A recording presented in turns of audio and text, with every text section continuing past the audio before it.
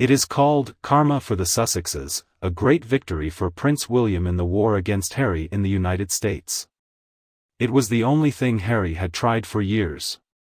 And in just 24 hours, Prince William not only pulled it off, he made it look easy.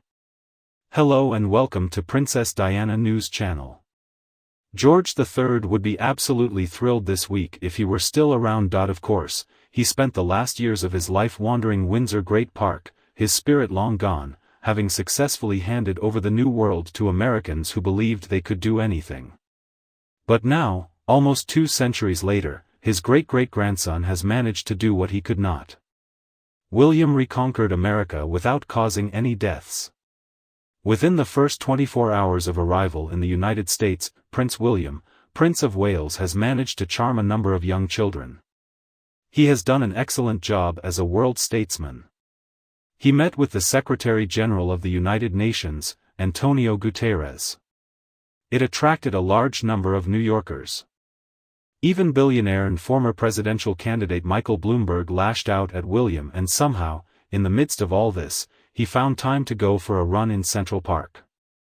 Almost 4 years after Meghan and Harry left the UP as their own, their special place where they can feel free and live their truth, here comes Harry's older brother William, who attracts all the positive attention. And it looks like William has officially won this round. Harry was doing his best to make his older brother look bad. I mean, after all, she talked about William knocking her over and breaking her dog's pelvis. But the Americans were not fooled. Instead of being hated by the Americans, William was welcomed with open arms. He stopped traffic, rolled out the red carpet at the United Nations, and made some elementary school kids very, very happy. In the past, the Sunday Times reported that the prince would remain silent publicly about his brother and the failed podcaster. But he still has what we call a small understanding. I decided to join the legions of New Yorkers in their morning routine, William told the audience at the Earthshot Summit at the Plaza Hotel. It was amazing to wake up to a sunny morning in New York instead of yesterday's rain. It was nice to get some fresh air this morning. There stood William, the future king of the United Kingdom, doing his best to make sure everyone knew he was on the move, in the middle of a city where Meghan and Harry claimed they were victims of car wrecks. Months ago, so maybe not all water under the bridge. But the bigger picture this week in New York was a huge victory for the monarchy, as well as our planet, and also a victory for everyone who appreciates that their crowns and homes are not covered in several feet of melting ice. Meanwhile, in Montecito, the sound of plates hitting the wall was heard. In the battle with Buckingham Palace for the hearts and minds of Americans, Harry and Meghan appear to be losing heavily, because how could we forget that William was recently named America's most popular public figure? He even defeated U.S. President Joe Zelensky, and then another investigation revealed that William and Catherine, Princess of Wales, are the United States. According to Newsweek newspaper, the most common are members of the royal family. So, Meghan and Harry may have tried several times to put pressure on the monarchy and the Welsh family, but it seems that the Americans did not hesitate, because now look at the approval numbers enjoyed by the Prince and Princess of Wales. This week, Redfield and Wilton conducted a new survey for Newsweek and found that almost half of Americans, 47%, supported William's visit to New York, only 13% opposed the trip, with sentiment stronger on the East Coast. 58% of people supported William's trip, while only 10% opposed it. Surprisingly, Kensington Palace is winning this war with Meghan and Harry's publicists so far. They don't even need to say anything. In fact, the only exception might be the days after their fiasco on Oprah. William told some journalists during a charity tour that we are not really a racist family. However, there are more than enough problems. Earlier this month, William was welcomed by an excited crowd in Bournemouth, the same day Harry returned to the UK for a charity event. And then Harry made an unannounced visit to Windsor Castle, where Her Majesty is buried. And it was around the same time that William and Catherine led the first anniversary of the late Queen's death, and on the same day that Invictus launched in Dusseldorf, a nearly hour-long podcast with William and Catherine was released. And in the podcast episode, William praised the London 2012 Paralympics, saying it was a big moment for the rise of disability sport and it has definitely grown since then, he said.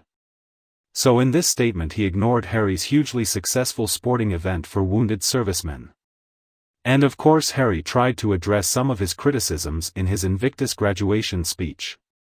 He told the gathering that people should not be defined by their backs and pains of the past and also said that you should not rely on a uniform and do not feel lost without it. And it is pretty interesting when we consider the fact that Harry has had to resort to wearing civilian clothing for official occasions, since he lost his honorary military appointments. And in spite of all of Meghan and Harry's complaints, what William's taking of the Big Apple really represents is William swooping in and taking the prize that Harry has seemed so desperate for.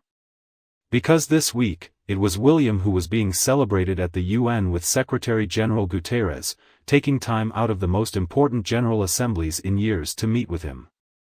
That's a privilege that certainly was not afforded to Harry and Meghan when they were in New York for their own fake royal tour a couple of years ago. It is William who is being praised as the royal who is doing his best to save the planet, and who is getting so much attention for his $95 million Earthshot prize. And it is William who has won the support of celebrities, including people such as Sir David Attenborough, Kate Blanchett, Queen of Jordan, Ms. Jacinda Ardern and also Chinese billionaire Jack Ma. They all came together to play an important role in William's Nobel Prize for his work to save the planet, according to Bloomberg. Over the past 10 days, we've seen Kensington Palace really push the narrative that William is a world figure. And this American trip was his second short solo trip abroad this year. In March, he visited Warsaw and also the Ukrainian border. Welcome to the world stage, William. We couldn't be happier to see you there. And what about Harry? What has she really done in recent years, other than giving Elizabeth Arden the global media presence she never wanted? Well, he started a series of lawsuits, brought many problems to his family, talked about his injuries, wrote a book, once bought a hummingbird. So, with a resume like this, isn't it surprising that the Secretary-General was less than happy to see him? Of course, the Invincible Games has been and will continue to be a huge success. I think it's going to grow in the next few years. But the truth is, the plan started early, and came from the royal tent. So, honestly, what does Harry have to show for himself in the years since leaving the palace, after escaping the UK to live his truth in California? What did Harry actually achieve to help the world and improve people's lives? Well, he certainly didn't get a lot of fans in the United States. Harry's approval ratings are quite low, and no one can blame the conservative forces for that. The same study focused on American support for William's visit to the United States showed that people who voted for President Biden are almost twice as likely to support William's visit.